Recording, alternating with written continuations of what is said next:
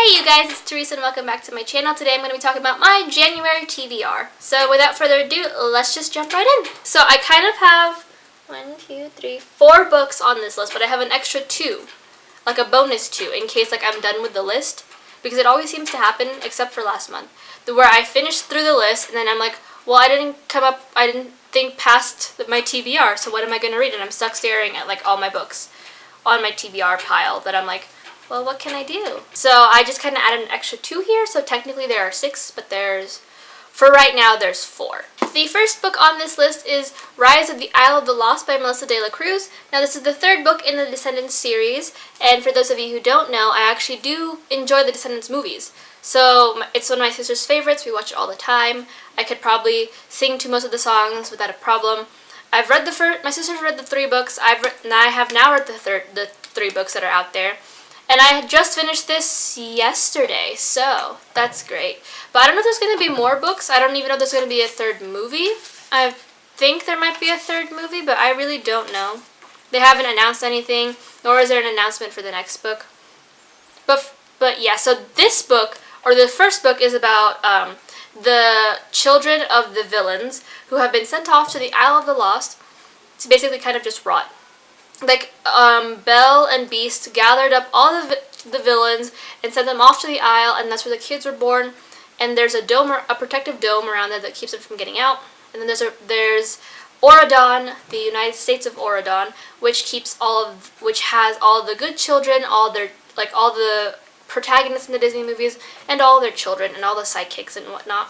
So this is kind of following Mal, who is the daughter of Maleficent, and Jade, the son of Jafar, and Carlos, the son of Cruella de Vil, and Evie, the daughter of the Evil Queen from Snow White. So this book I have just started today. I tried starting it yesterday, but I was like not in the mood for it. And that is Girl on the Train by Paula Hawkins. I'm only like 20 pages in, and basically this is a thriller. This is like one of my first thrillers that I have been getting into, and this is about a girl named Rachel, and she kind of goes about her life day to day, no big deal, and then one day she ends up witnessing something that happens on the train that she uses to commute to and from work. So this is kind of her figuring out what is going on and trying to tell the police what she saw, and like building up the story around that.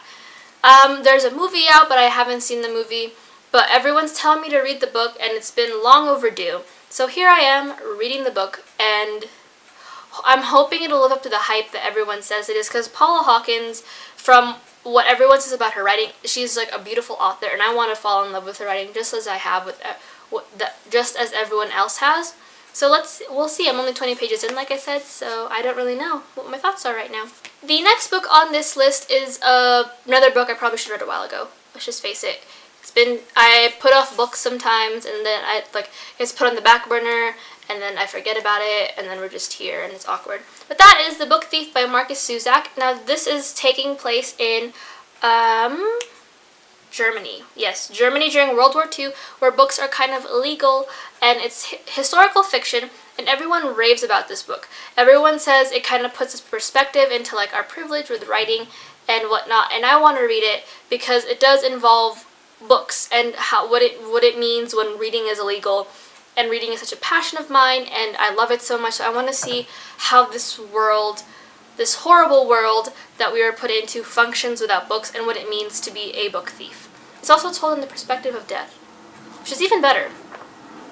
But I'm not going to look into it because this is not what I'm currently reading right now. The next book on this list is The Hate You Give by Angie Thomas. Now this is also a book I probably should have read last year, but I didn't get it until late 2016, and by then I had figured out my TBRs and everything and didn't want to readjust. So here we are starting 2018 with this lovely, well, it's not lovely, it's supposed to be an eye-opening kind of book and a topic starter.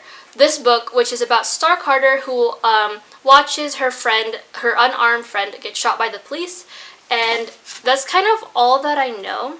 I should know more about it because it's such a big book, like it's such a huge book. There's going to be a movie about it, but I kind of want to keep as little knowledge in my head before I get perceptions about it, because I really do think this is going to be something that I will recommend to everybody, and that something that everyone should read. These last 2 books are going to be my bonus books, the books that I will be reading if I have time in January, if I finish the rest of these books before January ends.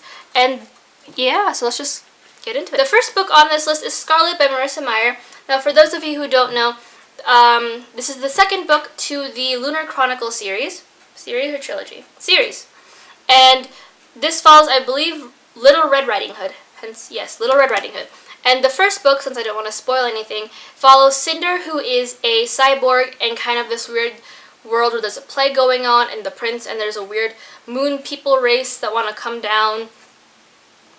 I love the first book. I blasted through it, which I kind of regret, but I kind of don't, because I regret it because I didn't have enough time to read it. Like, didn't give myself enough time. I didn't like tell myself to stop, but I didn't because it was such a great book. So I'm really excited to be reading the second book, and I know I should have picked up the second book right after I read the first book, but I have this thing where if I blast through stories, A Court of Thorns and Roses, then I'm kind of stuck in this weird rut. So I kind of try to space out when I read sequels nowadays, just so I'm not like, oh my god, what do I do now? But yeah, this is one of my bonus books, and I'm really hoping I have time to get into this book. If not, February is right there. The last book on this TBR is A Throne of Glass by Sarah J. Maas. Now, for those of you who don't know, last year was kind of my year for getting into Sarah J. Maas's writing. I think it's beautiful, and I love fairies. So I believe this one is about... Throne of Glass is the first book in the Throne of Glass series. Duh. But this follows an assassin named Selena, and I believe that it involves fairies, which I'm very happy for because I love fairies, but there is a king, so that's all I'm really looking forward to. But I'm really excited to read this book. Everyone says this series is amazing, and I'm probably going to be one of those people once I do get a chance to read the book, but I'm just really stoked. I've been putting this book off, like buying it, reading it for a while, much like every other book on this TBR. But I'm really hoping to get a chance to, because Sarah J. Maas is just... Her writing style is perfect, her characters are gorgeous, and while I do have some issues with A Court of Thorns and Roses, I need this, to read this. But that is it for my January TBR. Hopefully there's some books in there that you guys have been looking forward to, and if so, leave that in the comments below and I'll try to do a review on them. If not, then hit like, and I'll see you guys on Tuesday. Bye. Bye!